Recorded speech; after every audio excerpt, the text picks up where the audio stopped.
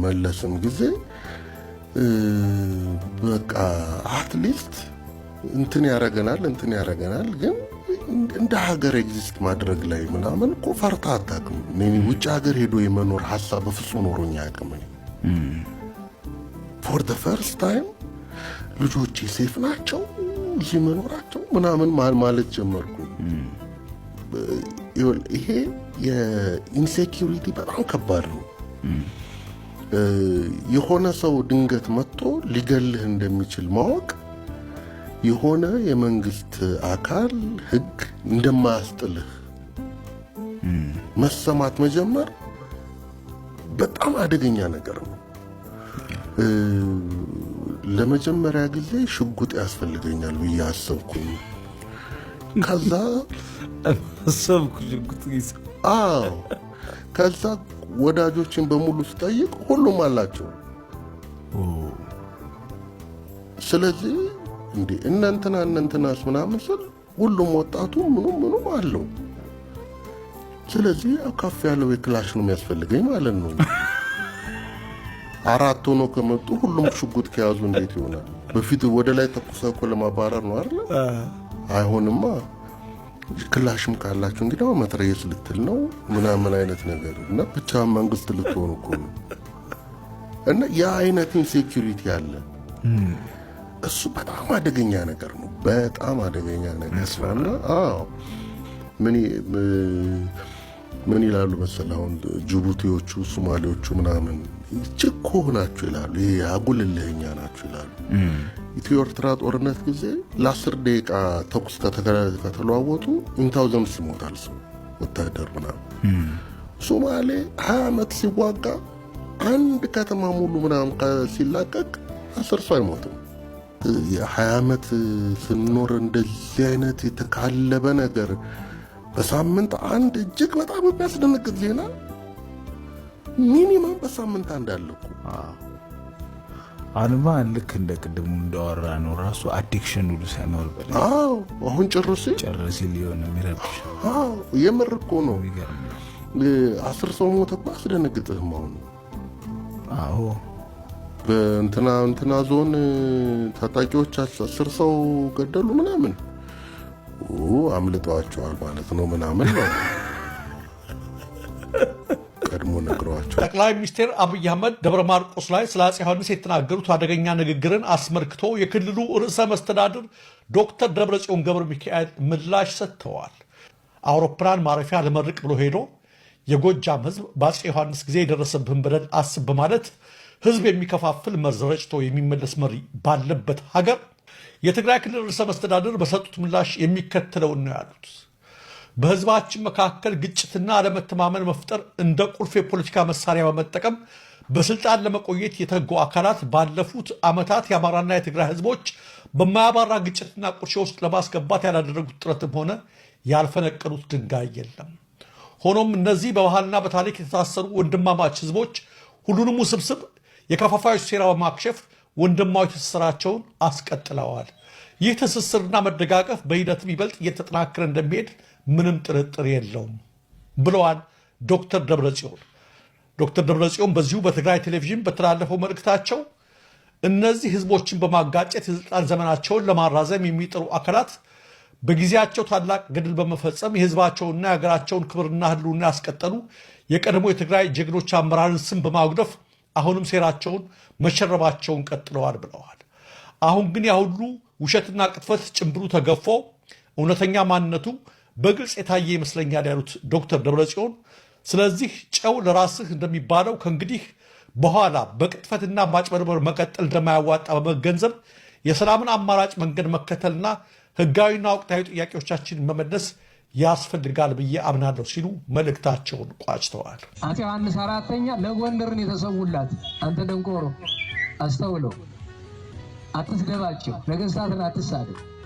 ጥፋት ካላቸው በትክክል ይሄ ብለህ ለትምህርት እንደሚሆን መንገድ ነው እንጂ እሳቸው ትግሬ ናቸው እንዲህ አድርገው ምናምን ተው፣ ግድ የለህም ተው። የሶስት ነካ ያንተ ይነካብሃል። የሶስት ነካ ያንተን አፄ ቴዎድሮስ የሰሩትን ግፍ ሁሉ ይዘረዘርብህና ቴዎድሮስ ተዋረደብኝ ነው እንዳትል። ሰላም እንዴት ናችሁ? ዛሬ አንድ ሰበር ማስጠንቀቂያ ለአማራ ፋኖ ብሔራዊ ንቅናቄ አጠቃላይ አባላትና አመራሮች እንዲሁም ለመላው የአማራ ሕዝብ ለሚሊሻ አድማ ብተና አጠቃላይ አማራ ለሆነ ሁሉ አንድ አስደንጋጭ ወይም ደግሞ እጅግ በጣም አሳሳቢ ማስጠንቀቂያ በሰበር ላደርሳችሁን የፈለኩት። ሁልጊዜም እንደምለው ብዙ ጊዜ ሼር አድርጉልኝ፣ ላይክ አድርጉልኝ አልልም። ይሄን መረጃ ግን አማራ የሆናችሁ ሁሉ እባካችሁ ሼር አድርጉት። አማራ እንዲድን፣ አማራ እንዲተርፍ፣ አማራ እንዳያልቅ፣ እርስ በርሱ እንዳይተላለቅ የምትፈልጉ ሁሉ ሼር አድርጉት። ምንድነው ይሄ ሰበር መረጃ? በአማራ ፋኖ ብሔራዊ ንቅናቄ በፋኖ አደረጃጀት ውስጥ አገዛዙ አስርጎ ያስገባቸው እንዲሁም ደግሞ አስርጎ ካስገባቸው በተጨማሪ እዛው ውስጥ እያሉ የመለመላቸው በጣም በርካታ ያገዛዙ አገልጋይ ገረዶች አሉ። እነዚህ አገልጋዮች ከ5 ሚሊዮን ብር ጀምሮ እስከ 50 ሺህ ብር ድረስ እንደየሚሰሩት እንደየተሰጣቸው የቤት ስራ የተመደበላቸው የአማራን ትግል ያኮላሹልኛል ብሎ አብይ አህመድ እና ግብረ አበሮቹ ለመጨረሻ ጊዜ ያስቀመጡት የአማራን ሕዝብ ትግል ለመጥለፍ የመጨረሻ ምሽጋቸው የሆነው ነው። ምንድነው መሰላችሁ?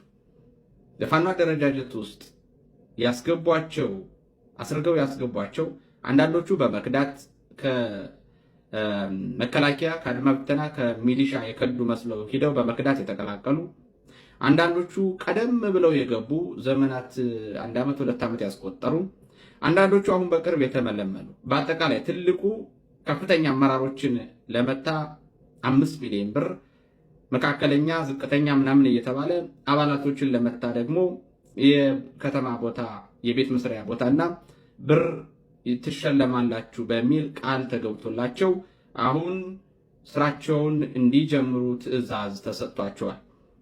ስራቸውን እንዲጀምሩ ትዕዛዝ የተሰጠበት ምክንያት ወደ ተለያዩ አገዛዙ ወደሚፈልጋቸው ቀጠናዎች የአማራ ሚሊሻንና አድማ ብተናን ከመከላከያ ጋር እየጠረነፈ ከአማራ ክልል 30 ሺህ ሚሊሻ ከኦሮሚያ ክልል 60 ሺህ ሚሊሻ ጠርንፎ ወደ መከላከያ አስገብቶ ሐምሌ 7 2018 ዓመተ ምህረት ከ22ኛ ክፍለ ጦር በላይ ዘለቀ ሻለቃ የተላለፈ አስቸኳይ መግለጫ። አንደኛ፣ ለድርጅታችን አፋብን የሚመች ከሆነ እንኳንስ ከሰው ጋር ከሰይጣን ጋር ቢሆንም ተስማምተን ከጎናችን እናሰልፋለን። ሁለተኛ፣ ሀገራችን ኢትዮጵያ ለጠላቶቻችን ፈራርሳ መታየት ሳይሆን ከምን ጊዜውም በላይ የአንድነት የትስስር ኃይሏ ጠንክሮ ሰላሟ ተጠብቆ ለምታ እንድትታይ እናደርጋለን። ሶስተኛ፣ የአብይ አህመድን የጥፋት ሽርክና ማህበር ድርጅት ድምጥማጡን እናጠፋዋለን። አራተኛ፣ በወራድ እየተጫነ በየመስመሩ ሲንከራተት የምታዩት የአብይ አህመድ ጨፍጫፊ ኃይል ግማሹን ውሃ እንዲበላው እናደርጋለን፣ ግማሹን ደግሞ በአፈሙዝ እንጨርሰዋለን። አምስተኛ፣ በአማራ አብዮት ላይ ታጋይ መስላችሁ እደግመዋለሁ፣ በአማራ አብዮት ላይ ታጋይ መስላችሁ በየደረጃው የተሰማራችሁ የብአዴን ወኪሎች ከእኩይ ድርጊታችሁ እንድትቆጠቡ በጥብቅ እናሳስባለን።